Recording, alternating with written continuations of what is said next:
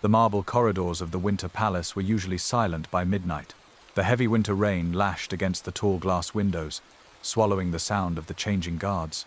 Grand Duke Valerius hated disorder.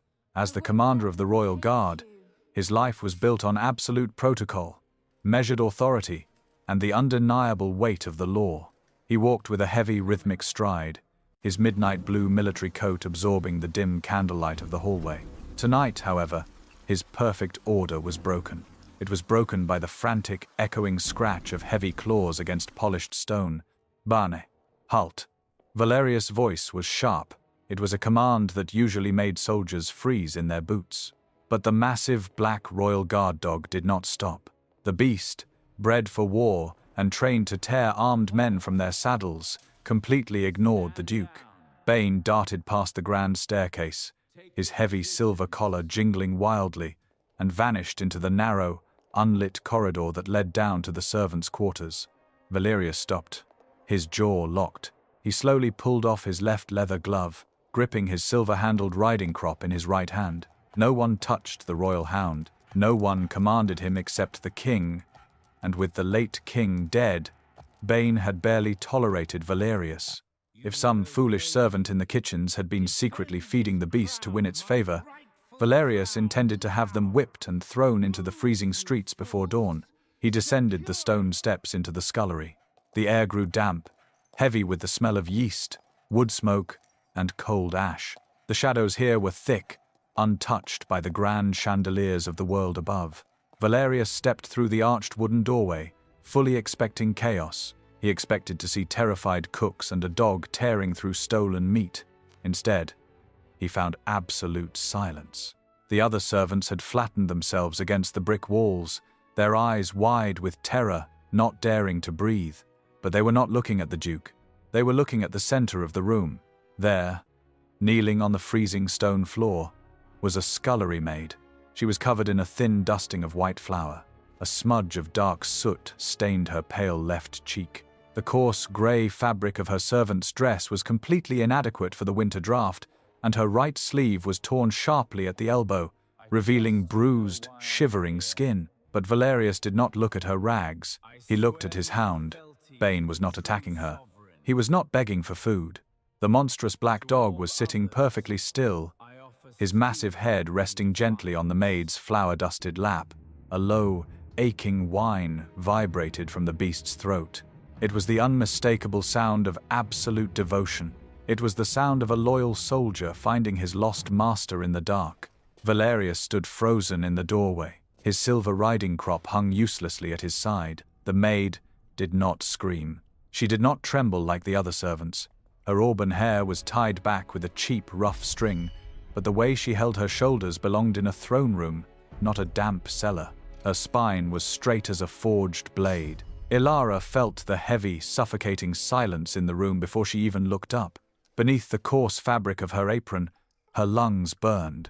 The corset she wore beneath her disguise felt like an iron cage pressing against her ribs. She kept her right hand hidden firmly behind her back, her fingers trembling just enough to remind her she was still alive.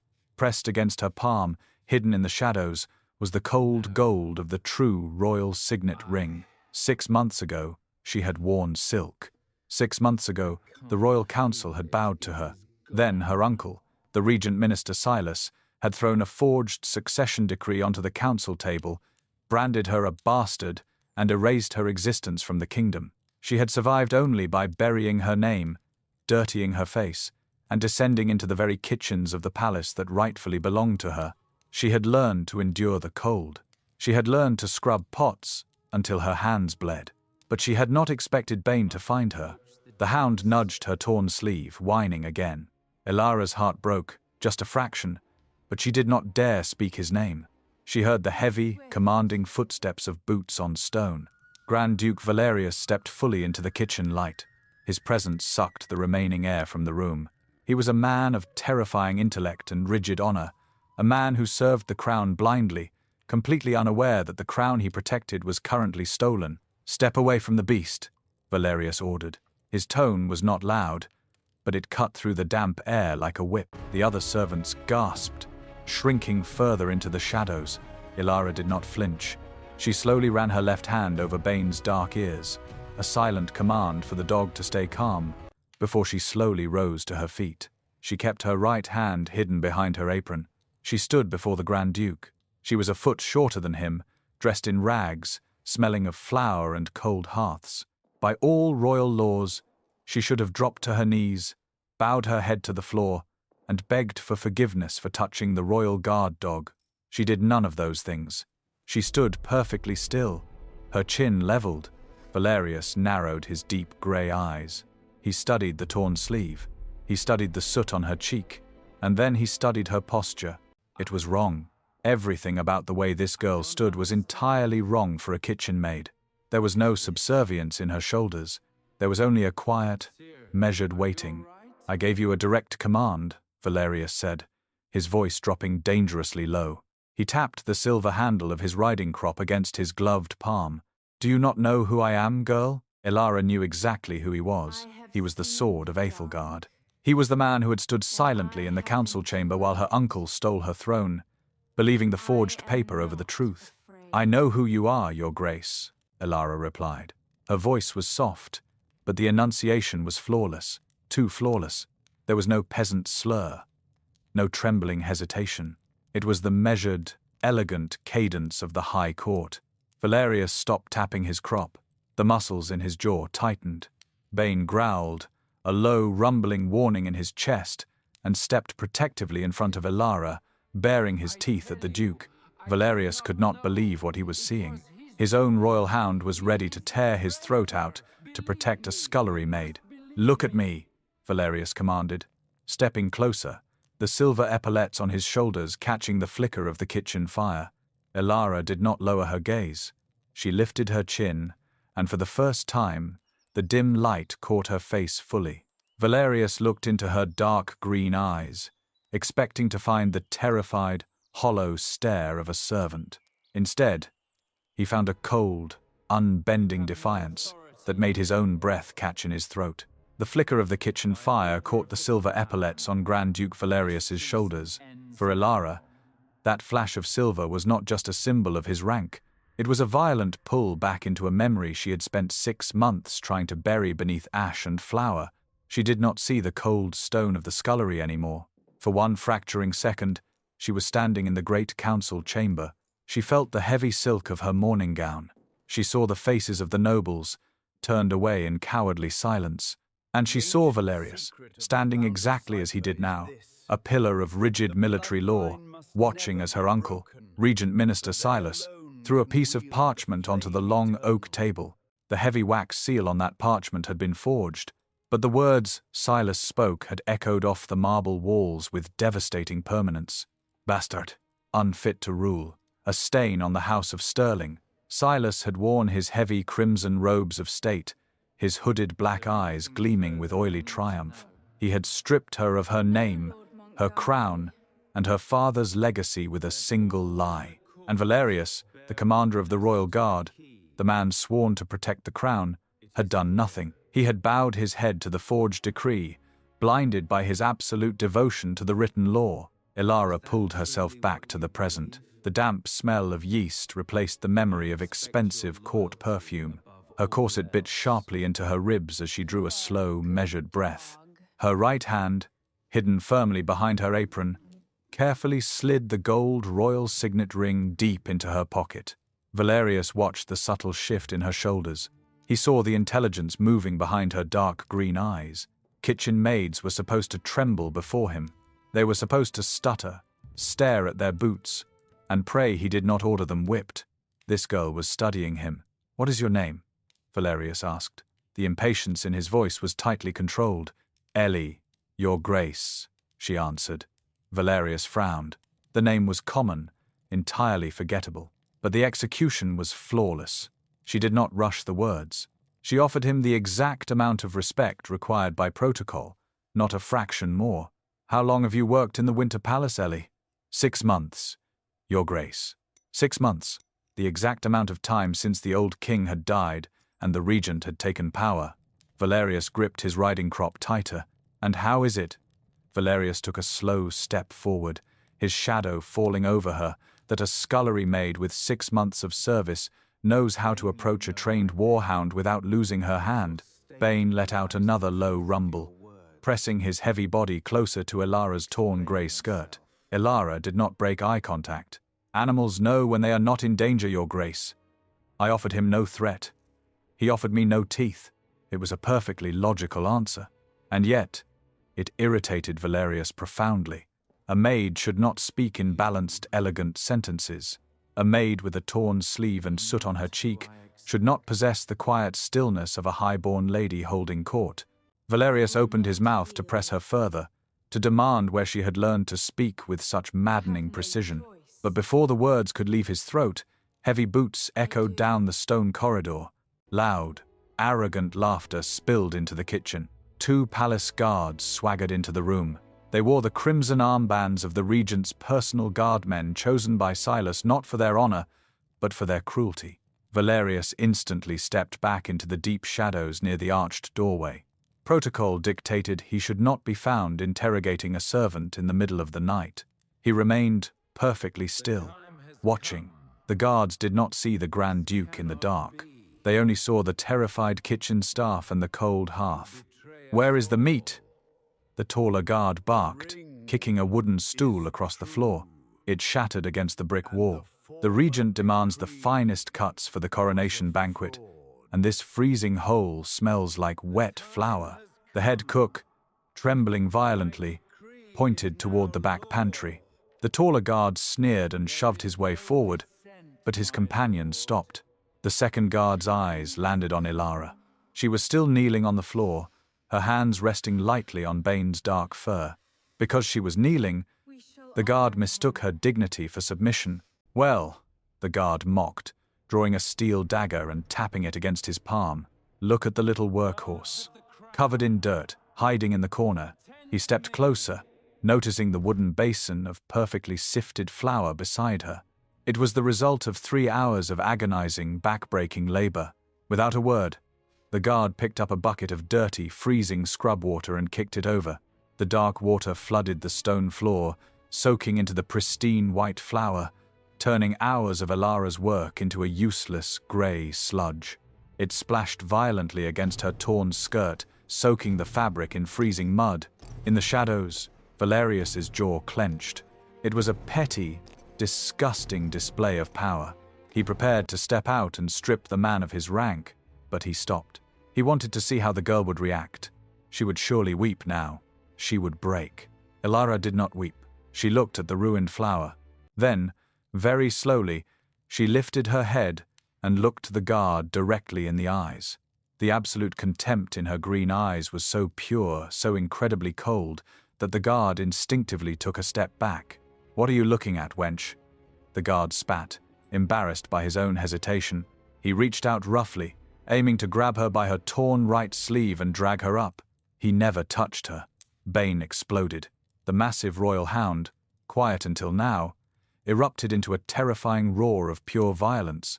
The beast lunged, his heavy jaws snapping inches from the guard's throat, 80 pounds of muscle driven by a singular instinct to protect the woman on the floor. The guard screamed, dropping his dagger and falling backward onto the wet stone, scrambling frantically to escape the snapping teeth. Valerius's heart stopped. The hound was going to kill a soldier of the regent. The law would demand the beast be put down. He stepped forward, raising his voice to shout the emergency recall command, but a softer voice beat him to it. Down. It was just one word, one single, sharp syllable spoken by the kitchen maid. Bane stopped midair. The monstrous warhound hit the ground. He did not growl. He did not hesitate.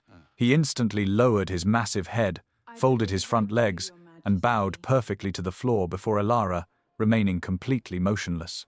The terrified guards scrambled to their feet and ran from the kitchen in blind panic. Silence rushed back into the damp room. In the shadows, Grand Duke Valerius stood entirely frozen. The silver riding crop nearly slipped from his fingers. He knew the beast. He knew the training. Bane was bred to ignore pain, fear, and commands from anyone except the royal bloodline of Aethelgard. The hound had just halted a kill strike for a scullery maid.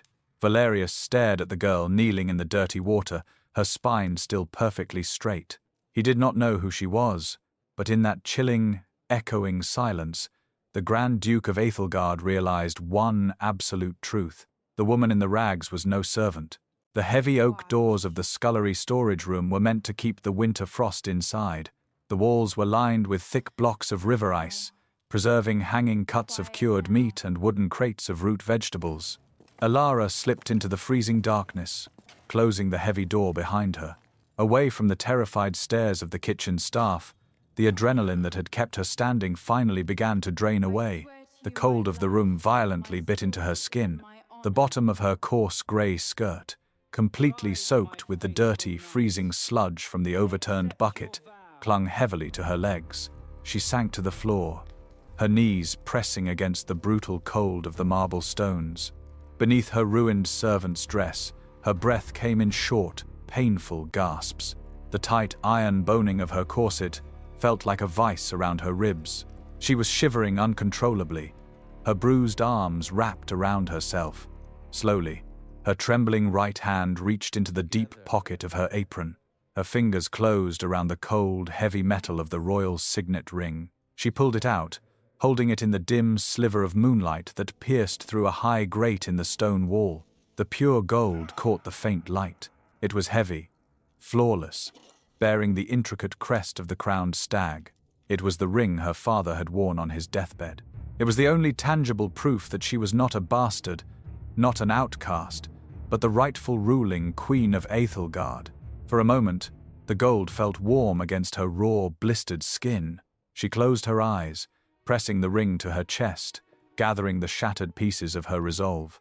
The heavy iron latch of the storage door suddenly clicked open. Elara's eyes snapped open. She shoved the ring back into her apron just a second too late. Grand Duke Valerius stepped into the freezing room. He closed the door behind him, sealing them both in the dim, icy vault. His midnight blue military coat seemed to absorb the shadows. His deep grey eyes were fixed entirely on her right hand. He had seen the flash. He had seen the gold. "What are you hiding in your apron?" Valerius demanded. His voice was low, terrifyingly calm, stripping away any pretense that he was speaking to a mere servant. Elara rose to her feet. The wet fabric of her skirt dragged against the floor, but her spine straightened instinctively. "Nothing that concerns the commander of the royal guard," Elara replied, her voice steady despite the violent shivering of her shoulders. Valerius took a slow, calculated step toward her. The air between them felt thin, suffocating under the weight of his authority. "A scullery maid who commands the royal hound with a single word," Valerius stated, his eyes narrowing as he analyzed her. "A maid who does not flinch when a dagger is drawn. And now, a maid who hides stolen gold in the freezing dark." He stopped just 3 paces from her. "You are not a servant. No peasant possesses your posture. No cook speaks with the dialect of the high court. Who sent you? Which noble house paid you to infiltrate the Winter Palace?" "I am not a spy, your grace," Elara said coldly. "Then you are a thief," Valerius countered, raising his silver-handled riding crop and pointing it at her apron. "Hand it over. Whatever you just concealed, give it to me, or I will have you arrested for treason against the regent." The mention of Silas, the man who had destroyed her family, sent a spike of pure, unadulterated fury through Elara's veins. It burned hotter than the winter frost. She did not back away. Instead, she took half a step forward, closing the distance between herself and the Grand Duke. "You will do no such thing," Elara said. Valerius's jaw tightened. "Do you believe I lack the authority to throw you into the dungeons?" "I know exactly what authority you have, Grand Duke," Elara fired back, her dark green eyes locking fiercely onto his. "And I know where it ends. By the 3rd edict of the Aethelgard Code, the Royal Guard holds jurisdiction over the outer walls and the protection of the sovereign's person. You possess absolutely no legal right to execute a search or seizure upon a domestic servant within the inner palace walls without a written warrant from the chief steward or the sitting monarch." Valerius stopped breathing. The silence in the freezing storage room became absolute. The only sound was the faint dripping of melting ice. Valerius stared at the woman standing before him in ruined, mud-soaked rags. His mind raced, violently attempting to process what had just happened. She had not begged. She had not wept. She had just quoted the ancient, foundational law of House Sterling, a text so dense and heavily guarded that most high-born lords in the council could not recite it. He was the foremost scholar of crown law in the kingdom, a man whose entire life was governed by the rigid text of Ethelgard's history. And this girl, with soot on her cheek, had just weaponized his own religion against him flawlessly. "Who are you?" Valerius whispered. For the first time in his military career, the absolute certainty in his voice cracked. He looked at her bruised, trembling hands. He looked at the proud, unyielding tilt of her chin. He realized, with a sudden, unsettling clarity, that he was not interrogating a criminal.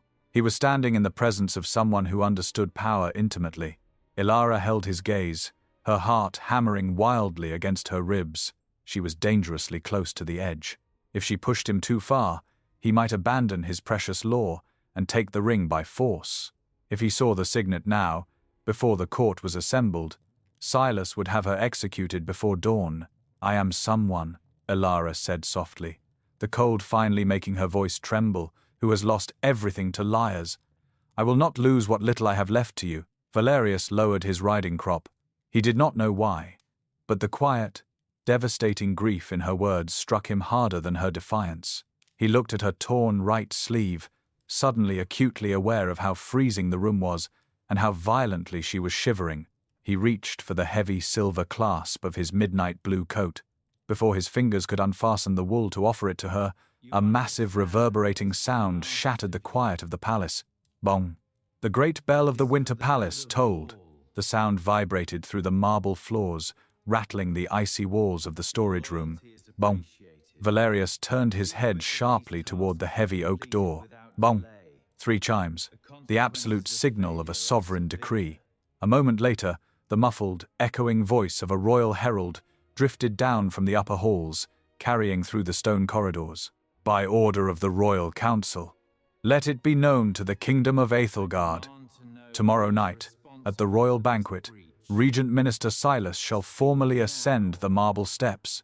He shall be crowned the rightful and absolute king." Ilara's breath caught in her throat. Her hands curled into tight, shaking fists at sides. Tomorrow night.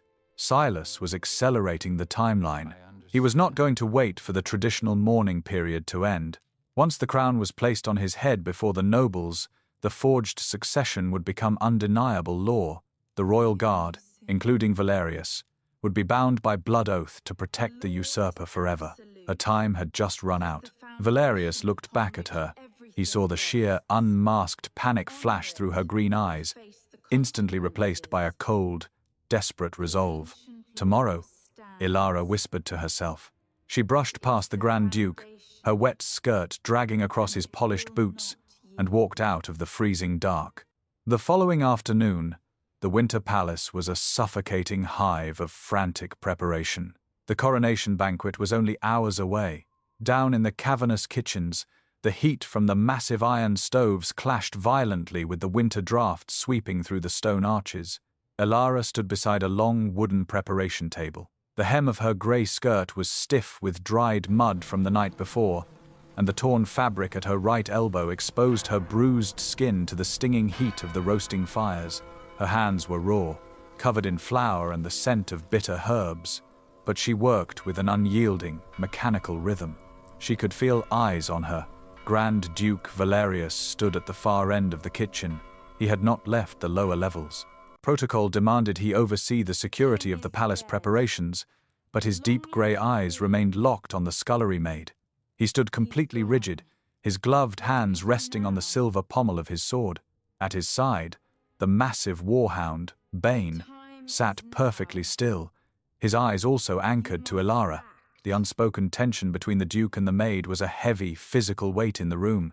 Valerius was waiting for her to make a mistake. He was waiting for a crack in the impossible armor she wore. Instead, the heavy wooden doors of the kitchen were thrown open with a violent crash. The heat in the room seemed to instantly freeze. Regent Minister Silas walked into the kitchens. He was surrounded by 6 guards wearing crimson armbands. The regent wore heavy crimson robes of state, the dark fabric sweeping over the stone floors like spilled blood. His narrow, sallow face was twisted in an expression of absolute disgust. his hooded black eyes scanning the frantic servants as if they were rats. "Silence!" One of the crimson guards barked, striking his spear against the floor. Every servant in the kitchen instantly dropped to their knees, pressing their foreheads to the damp stone. Every servant except one. Ilara remained standing for a fraction of a second longer than the rest. Her spine was perfectly straight, her chin lifted. She looked directly at the man who had stolen her throne. Only when a terrified senior cook yanked hard on her torn skirt did Ilara lower herself to the floor, resting on her knees, but she did not bow her head. Valerius stepped forward, his military coat moving sharply with his stride. He offered a crisp, formal bow to the regent. "Lord Silas, the kitchens are secured. There is no need for your presence here." Silas turned his hooked nose toward the Grand Duke. An oily, arrogant smile stretched across his thin lips. "I am to be crowned king tonight, Valerius. Every corner of this palace is mine to inspect. I will not have my coronation banquet tainted by peasant incompetence." Silas began walking slowly down the center aisle of the kitchens, inspecting the preparation tables. He stopped directly in front of Ilara. He did not know who she was. Her auburn hair was tied back with string, and soot obscured her features. But there was something about the way she held her shoulders, a quiet, unbending defiance that irritated the regent on a visceral level. On the table above, Ilara sat a heavy silver tray, holding a crystal decanter of dark, imported red wine, prepared for the high table. Silas reached out, his rings clinking against the crystal. With a deliberate, casual flick of his wrist, he pushed the decanter off the edge. It shattered against the marble floor. The thick red wine splashed violently across the grey stones, spraying across Ilara's apron and soaking into her bruised hands. The shattered crystal scattered like diamonds in a slaughterhouse. "Clean it up," Silas ordered, looking down at her. "With your hands, you filthy little wretch." A low, terrifying rumble vibrated through the kitchen. "Bane Lunge." The royal hound bared his teeth, aiming straight for the regent's throat. "Bane, halt," Valerius commanded. The Grand Duke threw his weight backward, his gloved hands seizing the heavy silver collar of the dog, planting his boots into the stone to hold the beast back. The muscles in Valerius's arms strained to the breaking point. Silas stumbled backward, his face paling with sudden, humiliating terror. "Control that mongrel, Commander, or I will have it slaughtered." Valerius's jaw locked. His grip on the collar was the only thing standing between the hound and a treasonous death. He looked at Silas, his grey eyes burning with cold fury, but the law bound his tongue. Silas was the acting sovereign. "The beast is secured, my lord," Valerius ground out through clenched teeth. Silas sneered, straightening his crimson robes. He turned his venom back to the maid on the floor. I said, "Clean it up." Valerius looked at Ilara. He wanted to order her to stop. He wanted to command the servants to bring a broom, but he was trapped by the rigid protocol he had spent his entire life defending. To countermand the regent in front of the guard was an act of open rebellion. Ilara did not look at the duke. She did not look at the snarling hound. She lowered her bare hands into the spilled red wine and shattered crystal, but she did not cower. As she carefully picked up the sharp shards of glass, her spine remained as straight as a forged sword. Her movements were not rushed by fear. They were measured, deliberate, and devastatingly graceful. She knelt in the dirt and the wine. Yet she looked as though she were sitting on a throne, performing a sacred duty that the man above her was too small to comprehend. Silas watched her. The oily smile slowly vanished from his face. He stared at the sharp, elegant curve of her cheekbone beneath the soot. He stared at the dark green of her eyes as she briefly glanced up to place a shard of glass on the table. A sudden, chilling familiarity crawled up the regent's spine. A ghost from a council chamber 6 months ago. It was impossible. The bastard princess was gone, but paranoia was the true crown of a usurper. Silas stepped back, his chest rising in a sudden panic. He turned sharply to the captain of his Crimson Guard. "After the banquet tonight," Silas ordered, his voice echoing in the dead silence of the kitchen, "seal the lower levels. I want the entire scullery staff purged. Have them executed for treasonous whispers. We will start the new reign with a clean palace." The kitchen staff began to weep in silent terror. Silas did not look back. He swept out of the room, his guards following closely behind. Valerius slowly released his grip on Bane's collar. His chest heaved. He stood entirely frozen, horrified by the absolute, casual cruelty of the man he was sworn to crown in a few hours. The Duke stepped slowly toward Elara. She was still kneeling on the floor. The dark red wine dripped from her raw fingers, looking exactly like blood. A small cut on her palm was bleeding freely, mixing with the wine on the marble. Valerius opened his mouth, but no words came. He was a man of the law, and the law had just sentenced this woman, and everyone around her, to death. Elara did not cry. She did not ask for his protection. She slowly raised her head, her green eyes piercing straight through his military composure, and she spoke in a voice so quiet that only Valerius could hear it. Article 7 of the Sterling Code, Elara whispered, the red wine dripping from her hand. A ruler who spills innocent blood within the house of bread forfeits the right to the crown. Valerius stopped breathing. It was an obscure, ancien statute, a law meant only for the ears of the true sovereign, buried deep in the royal archives. He stared at the kneeling maid, his mind shattering against the impossible truth of what she was. The royal archive was a sanctuary of dust, silence, and absolute law. High vaulted ceilings disappeared into the shadows, and walls of ancient leather-bound ledgers held the entire recorded history of the kingdom of Ethelgard. Grand Duke Valerius stood alone beneath a single flickering iron chandelier. He had stripped off his midnight blue military coat, leaving him in his crisp white shirt and leather harness. His silver-handled riding crop lay abandoned on the massive oak table. Spread out before him was the original gold-leafed volume of the Sterling Code. He was staring at Article 7. A ruler who spills innocent blood within the house of bread forfeits the right to the crown. His mind was a battlefield of fractured certainties. The scullery maid's voice echoed relentlessly in his ears. He kept seeing her kneeling in the spilled wine, her back perfectly straight, her hands bleeding. He kept seeing Bane, the most vicious beast in the royal kennels, bowing in total submission. Valerius closed his eyes, gripping the edge of the oak table until his knuckles turned white. You are searching for a justification to protect him. The voice was soft, but it cut through the silence of the archive like a blade. Valerius spun around, his hand instinctively dropping to the hilt of his sword. Elara stood in the doorway. She had not fled the palace. She had not hidden in the dark, waiting for Silas's executioners to arrive after the banquet. She had walked directly into the heart of the Grand Duke's domain. She still wore the coarse grey servant's dress. The right sleeve remained torn at the elbow. She had washed the flour and mud from her skirt, and the wine from her hands, but a fresh, dark line of blood still wept from the cut on her palm. Valerius stared at her. You are breaking curfew. If the regent's guards find you here, they will hang you before the banquet even begins. They are not the regent's guards, Elara said, stepping into the dim light of the chandelier. And he is not the regent. Valerius felt his chest tighten. Do not speak treason, girl. I am the commander of the guard. It is my sworn duty to arrest you. Your sworn duty is to the true sovereign of Ethelgard, Elara replied, her green eyes locking onto his with terrifying authority. Tell me, Grand Duke Valerius, are you a protector of the law, or are you merely a protector of forged signatures? Valerius flinched as if he had been struck. The succession decree was sealed by the late king himself. I saw the royal wax. I saw the signature. Silas is the legal heir. Silas is a usurper who stole a dying man's seal. Elara stepped forward, closing the distance between them. Her voice did not rise, but it carried the absolute weight of a queen. He stripped his own niece of her title.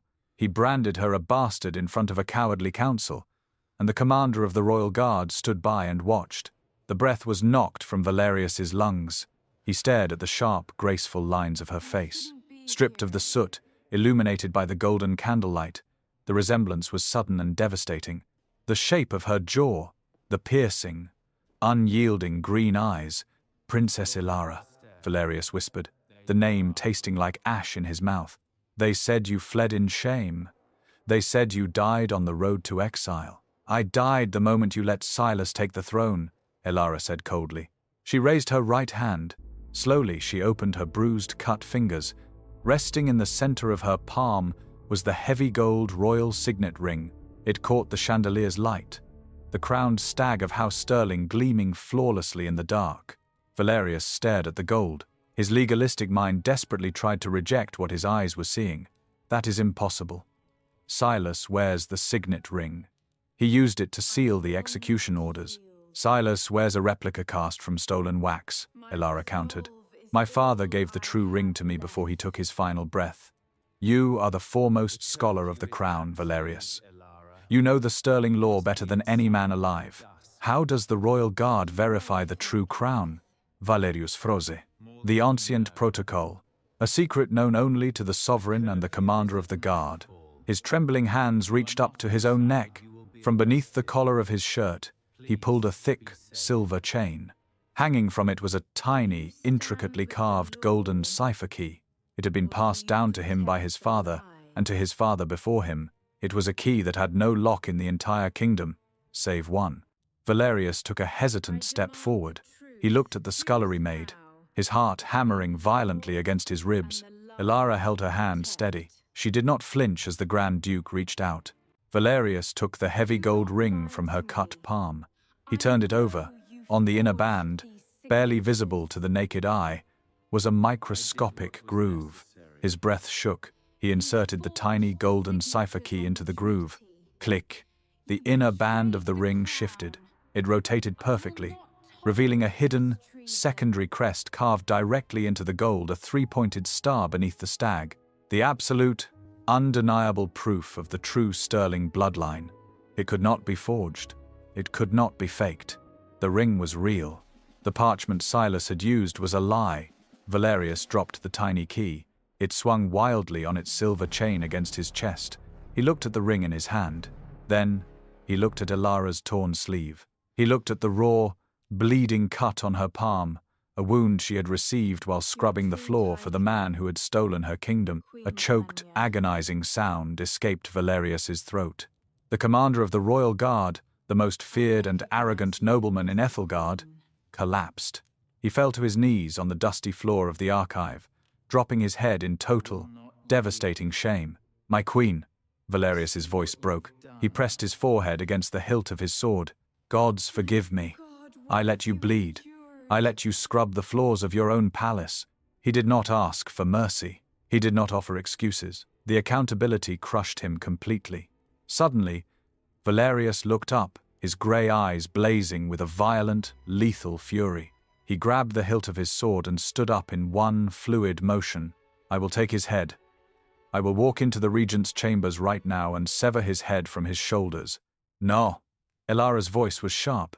It stopped him dead in his tracks. If you kill him in the dark, Valerius, they will call you an assassin, and they will call me a usurper, Elara said, her chin lifted high. Silas humiliated me before the Great Council. He stole my name in the light of day. She stepped forward, taking the royal signet ring from Valerius's hand and sliding it onto her own finger. I will not take my throne back in the shadows, Elara stated, her green eyes burning with cold fire. I will take it before the court. Before Valerius could answer, a massive, echoing sound vibrated through the palace walls.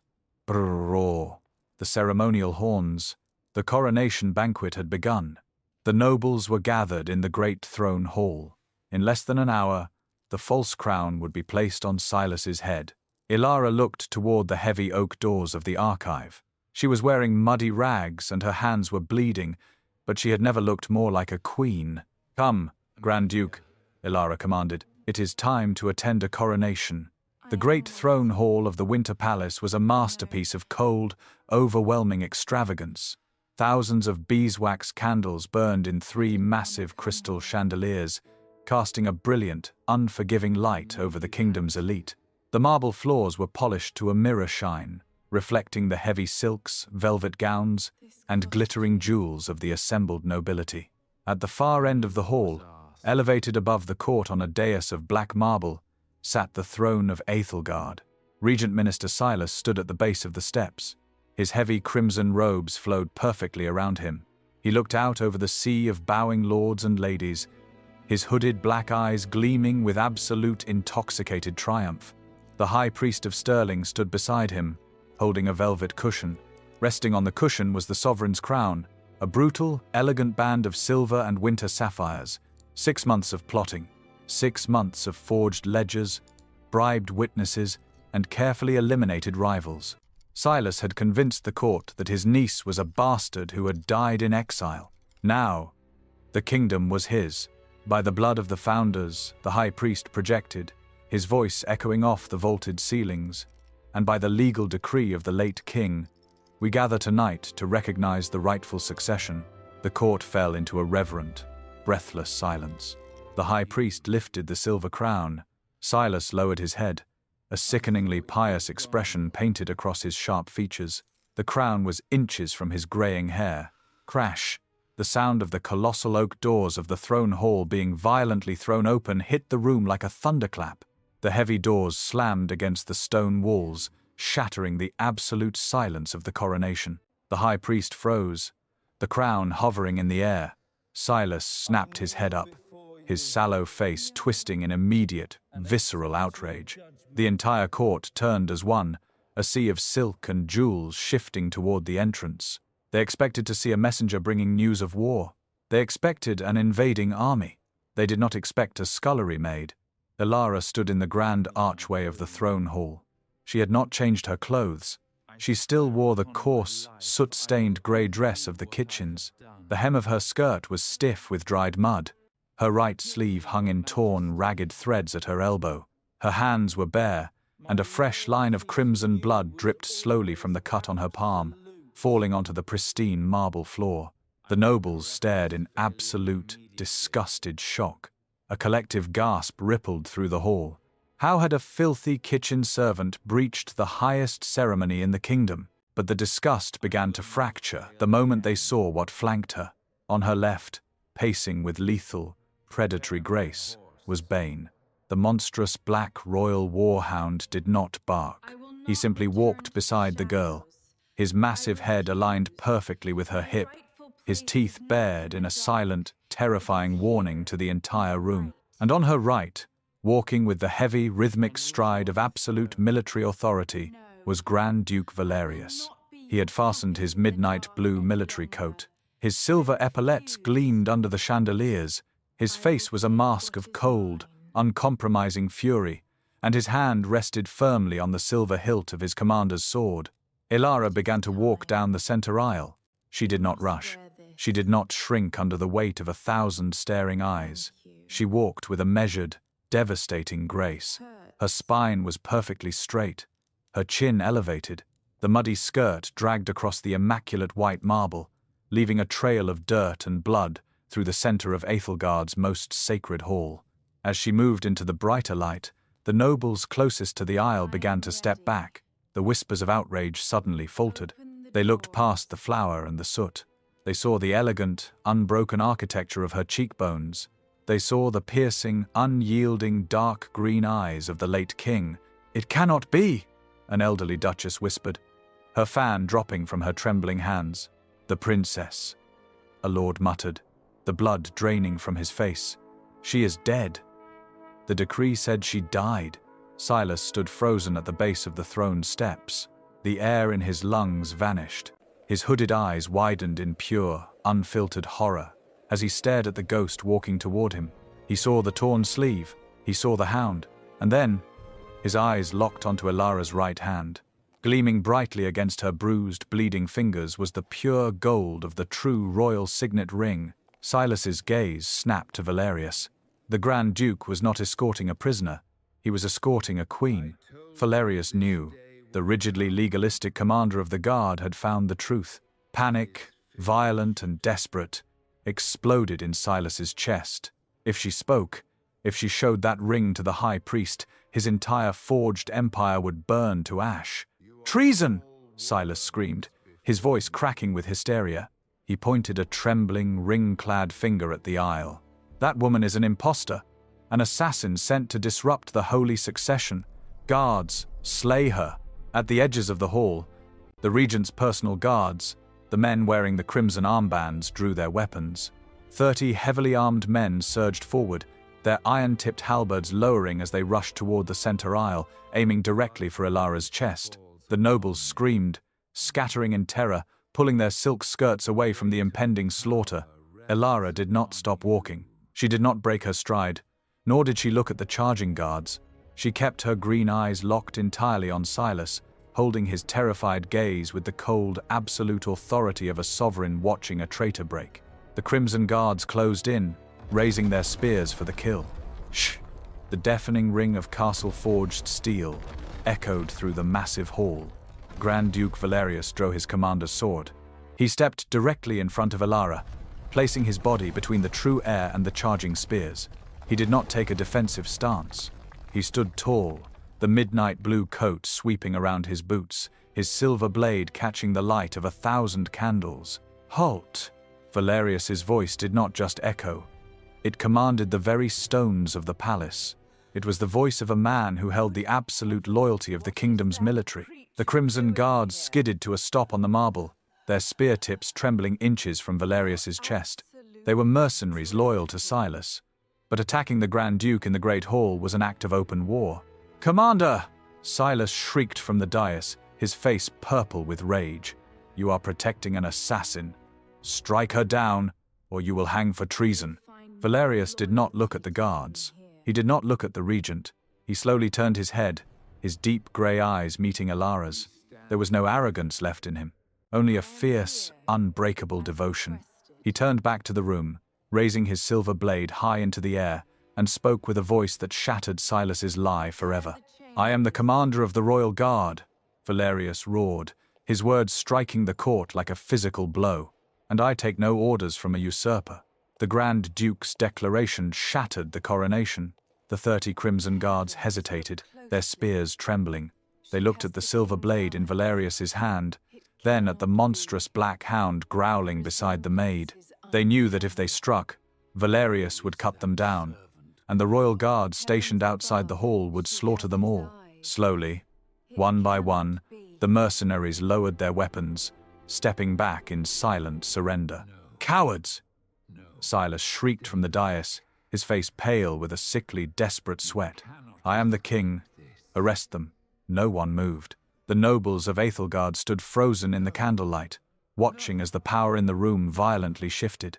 Elara did not hide behind the Grand Duke's silver blade. She stepped around Valerius, her muddy, torn grey skirt brushing against his polished boots. She walked the remaining distance to the base of the black marble dais, stopping just steps below the high priest and her terrified uncle. Bane followed her, sitting heavily at her side, a dark sentinel guarding his true master.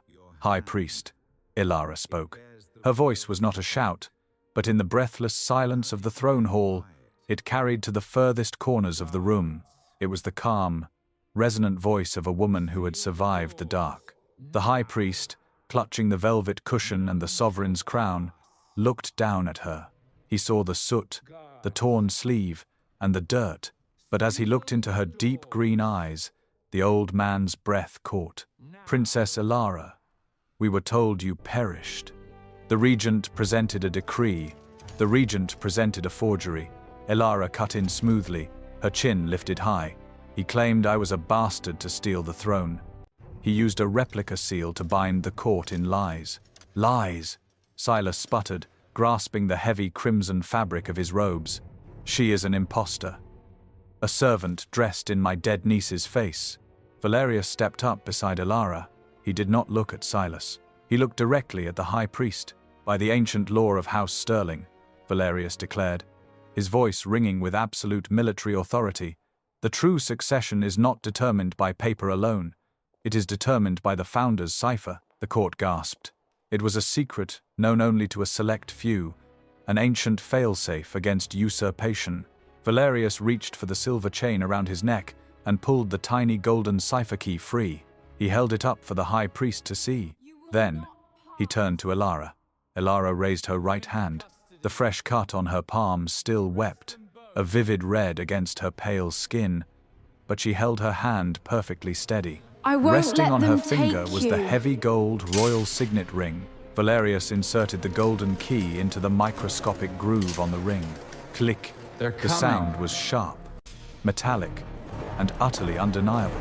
The inner band of the ring rotated, and Valerius pulled the ring from her finger, handing it directly to the high priest. your The old positions. priest lifted the ring You toward the will light of the obey massive me. chandeliers. Defend He squinted this at the inner crown, my band, his eyes rightful widening as he saw the hidden crown, crest, now. the three-pointed star Move, beneath you the stag. fools. The absolute, Secure it. unforgeable proof of the late king's blood. The high priest lowered the ring. He looked at Silas, his expression turning to one of profound, righteous disgust. "The cipher holds," the high priest announced, I swear his voice my trembling fealty with the to weight the of true history. sovereign. He turned to face the vast sea of nobles. To The ring all is true. others, The succession I decree offer presented by steel Silas is a and fraud. defiance. We stand in the presence of the true heir of Aethelgard. The great throne hall erupted into chaos, but Valerius's voice cut through it like a battle horn. "Guards of the crown," Valerius roared. The heavy doors of the hall swung open again. This time, it was not the Crimson Mercenaries. It was 50 elite royal guards in midnight blue, It is gone. their silver armor clashing as they marched into the room, approach the their dais. halberds raised. "Strip the traitor of his false colors," Valerius commanded, pointing his silver sword at Silas, "and remove him from the swift. sight of the queen." Silas screamed as the royal guards swarmed the dais. They did not draw blood. They simply seized his arms, violently tearing the heavy crimson robes of state from his shoulders. The false king was reduced to a weeping, trembling old man in a plain tunic. He was dragged down the marble steps, his desperate pleas echoing through the hall as the guards hauled him out into the winter rain. The heavy doors closed, I have seen sealing the his fate. dark, The court was entirely and silent. I have The endured usurper was it. gone. The nightmare of the last 6 I months had am been not shattered in a matter of afraid. minutes. The high priest stepped down from the dais. He held I the tell velvet you, cushion out to I Alara, did not the know. silver and winter It was sapphire his crown doing. gleaming under the He candles. is the traitor. "Your Majesty," Believe the high me. priest You whispered, must believe bowing his me. head. "The throne is yours. You It has have no always been authority yours." here. Alara looked at the crown. She looked at the polished By silver, order of the then down crown, at her own ruined, muddy this dress. treason She ends looked at now. the blood drying on her palm. The ancient 6 months secret ago, of the founder's she would have cipher taken the is crown this. eagerly, The believing it was her bloodline right. must Now, never be She broken, knew the truth. for they A crown alone was can just a piece of wield the metal. flame True eternal. power was endurance. True Let power was all maintaining in the your court dignity when you had bear absolutely witness nothing to left. the key. She reached out and took the royal signet ring It back is from the here. cushion, sliding it onto her bleeding hand. But she did not take the crown. Not yet. She turned to face the court. For 6 months, this kingdom bowed to a lie. Alara spoke, her voice carrying the quiet, unbreakable strength of a survivor. "You allowed a piece of forged parchment to blind you to the truth. I did not survive the freezing dark of the scullery to wear a crown for a court of cowards. I will rule this kingdom, but I will not rule it through blind obedience. I demand your loyalty to the truth." The nobles stood in stunned, reverent silence. They had expected a frightened girl. They were looking at a sovereign forged in iron. Then, movement caught her eye. Grand Duke Valerius stepped into the center of the aisle. The most powerful nobleman in Aethelgard, the man The whose arrogant ring devotion to the law is had almost true, cost her everything, unbuckled and his the sword belt. former He drove the tip of decree his silver sword into the was gap a between the marble fraud. tiles, leaving the weapon standing upright. Then, Valerius fell to his knees.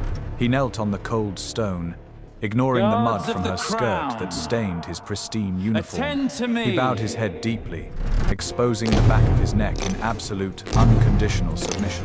"I was blind, Your Grace," Valerius said, his voice thick with profound regret and unbreakable devotion. "I trusted the safety of the law over the truth of my own eyes. I failed you in the light. But I swear upon my life, my sword, and my honor, I will never fail you again." He looked up, his deep grey eyes locking onto her green ones. The cold, rigid commander was gone.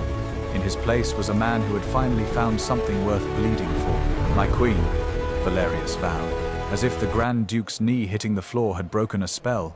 The entire great throne The hall crown moved. is yours, The Your high Majesty. priest dropped to his knees. The royal I guards knelt, accept my lowering their birthright. halberds. The lords and ladies of Ethelgard fell to the marble floor in a massive, rustling wave of silk and velvet. The kingdom bowed. Alara stood before her throne. The pain of the last 6 months seemed to finally wash I swear away, to you my replaced life, by the warm, my grounding sword, weight and of my justice. honor. She looked down at Valerius. Slowly, Rise, my despite her faithful bruised and knight. bleeding hand, I she reached accept out. your vow. Valerius took her hand gently, pressing his forehead Together. against her knuckles in a silent, reverent kiss. Beside them, Yes. Bane let out a soft huff. The Together. massive black warhound leaned his heavy head against Alara's muddy skirt, closing his eyes in perfect contentment. The beast had known the truth all along. It had just taken the rest of the kingdom a little while to catch up.